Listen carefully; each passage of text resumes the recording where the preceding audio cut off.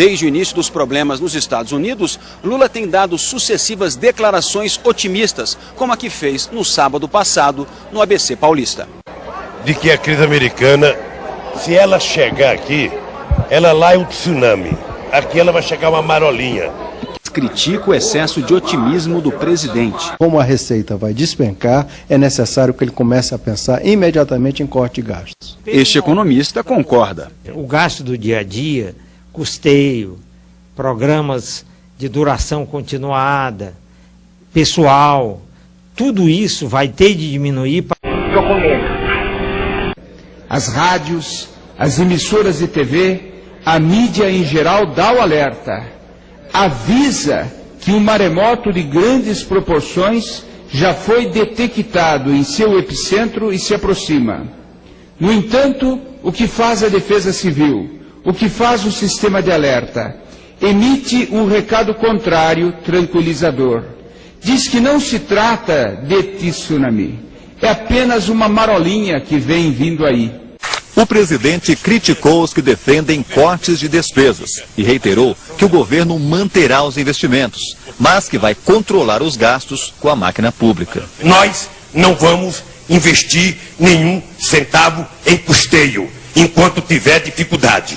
Mas vamos investir todos os centavos possíveis em coisas produtivas, em coisas que possam gerar empregos, em coisas que possam gerar distribuição de renda, salário e poder de compra do povo brasileiro. O governo vai dar uma mãozinha para aumentar as vendas de carros, as exportações e o crédito dos empresários. Durante a reunião do Conselho de Desenvolvimento Social, o ministro da Fazenda anunciou ainda que vai acelerar a devolução dos créditos tributários das empresas.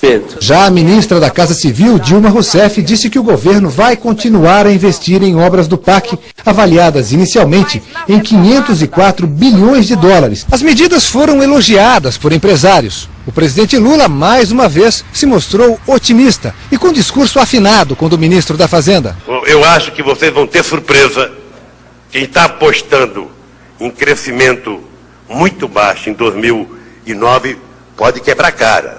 Os analistas que tomem cuidado. Inteiramente na contramão de todo mundo. Todo mundo desesperadamente adotando aquelas medidas que a gente sabe que são as únicas possíveis. Mas nós não fizemos isso.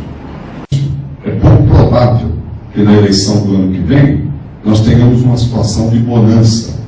Nós vamos estar numa situação complicada, provavelmente. Não é o que eu desejo, não é o que ninguém aqui deseja.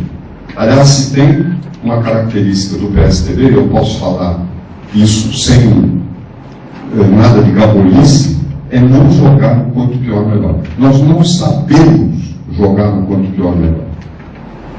Felizmente, o povo sabe como mandar o seu recado. A queda de popularidade no prestígio do presidente da República é um indicador. Aqui ela vai chegar uma marolinha. Marolinha porque não afeta ele. Produção da indústria desaba. É a maior queda desde 91. Má administração aí do governo. Crise avança com desemprego. Primeira coisa foi mandada embora. E o governo Lula atrasa as obras do PAC. É só falação e pouco trabalho. Governo Lula, muita marota, pouco trabalho. Democratas, compromisso com o Brasil. Não está errado. É um erro de análise econômica, é erro. Às vezes o engenheiro constrói uma ponte e a ponte tem um defeito, né? Às vezes constrói um avião, o avião tem um defeito. No caso, eles estão errando. É falta de formação sólida e de experiência de conhecimento econômico. Candidato José Serra, gostaria de saber o que você pretende fazer em relação aos impostos. Você pretende aumentar, abaixar impostos, ou você pretende dar políticas de incentivos fiscais, que nem o PT fez quando viu a crise financeira e abaixou? Olha, em primeiro lugar, nós demos sim incentivos fiscais em São Paulo durante a crise. Incentivos fortíssimos.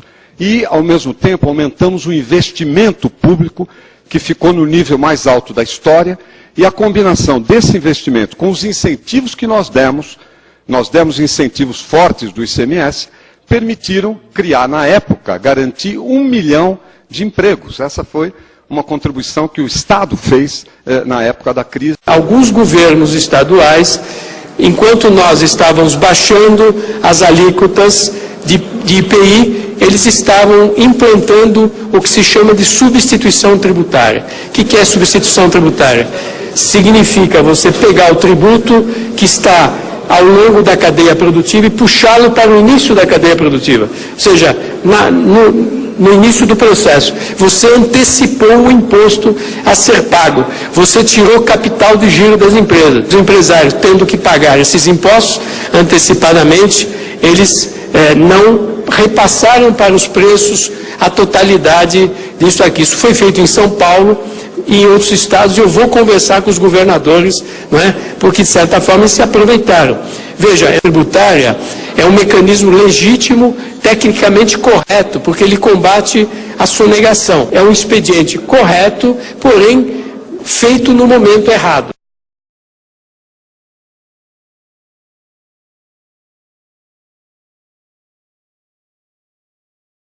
A coletiva do ministro da Fazenda, ao lado do número 1 do FMI, começou com Mantega dando um recado. A economia brasileira hoje está muito bem, principalmente no tocante aos demais países do mundo. A economia brasileira é uma das que está em melhores condições, é uma das poucas que enfrenta questões de crescimento e não questões de estagnação e de desemprego. Dominique Strauss-Kahn concordou.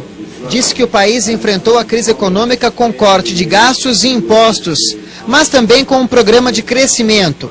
A receita, de acordo com o diretor-presidente do FMI, deve ser seguida pela Europa, que enfrenta turbulências econômicas. Para Kahn, as políticas implantadas pelo país são corretas e deveriam ser copiadas por outras economias. E quando reagiu mal.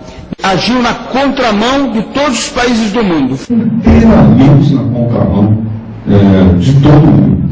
Todo mundo, desesperadamente, adotando aquelas medidas que a gente sabe que são as únicas possíveis. Mas nós não fizemos isso.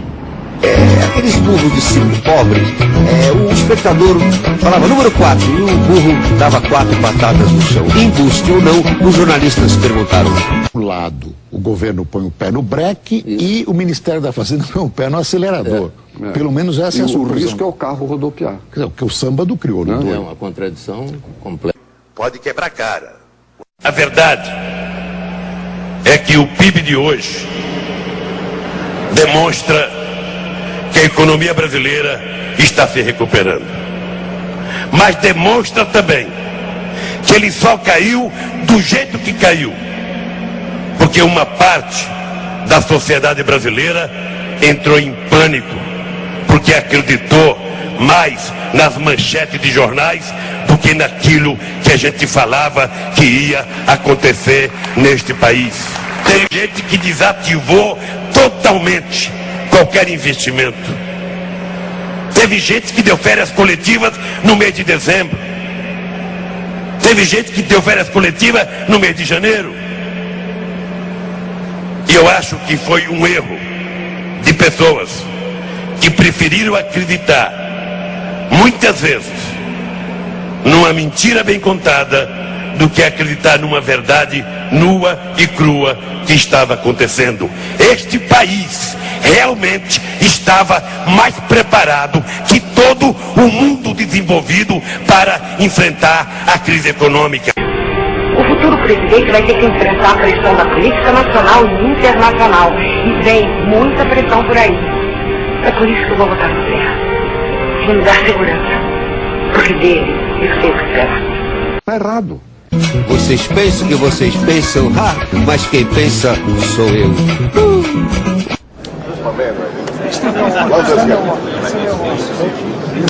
Canalhas, arrependei!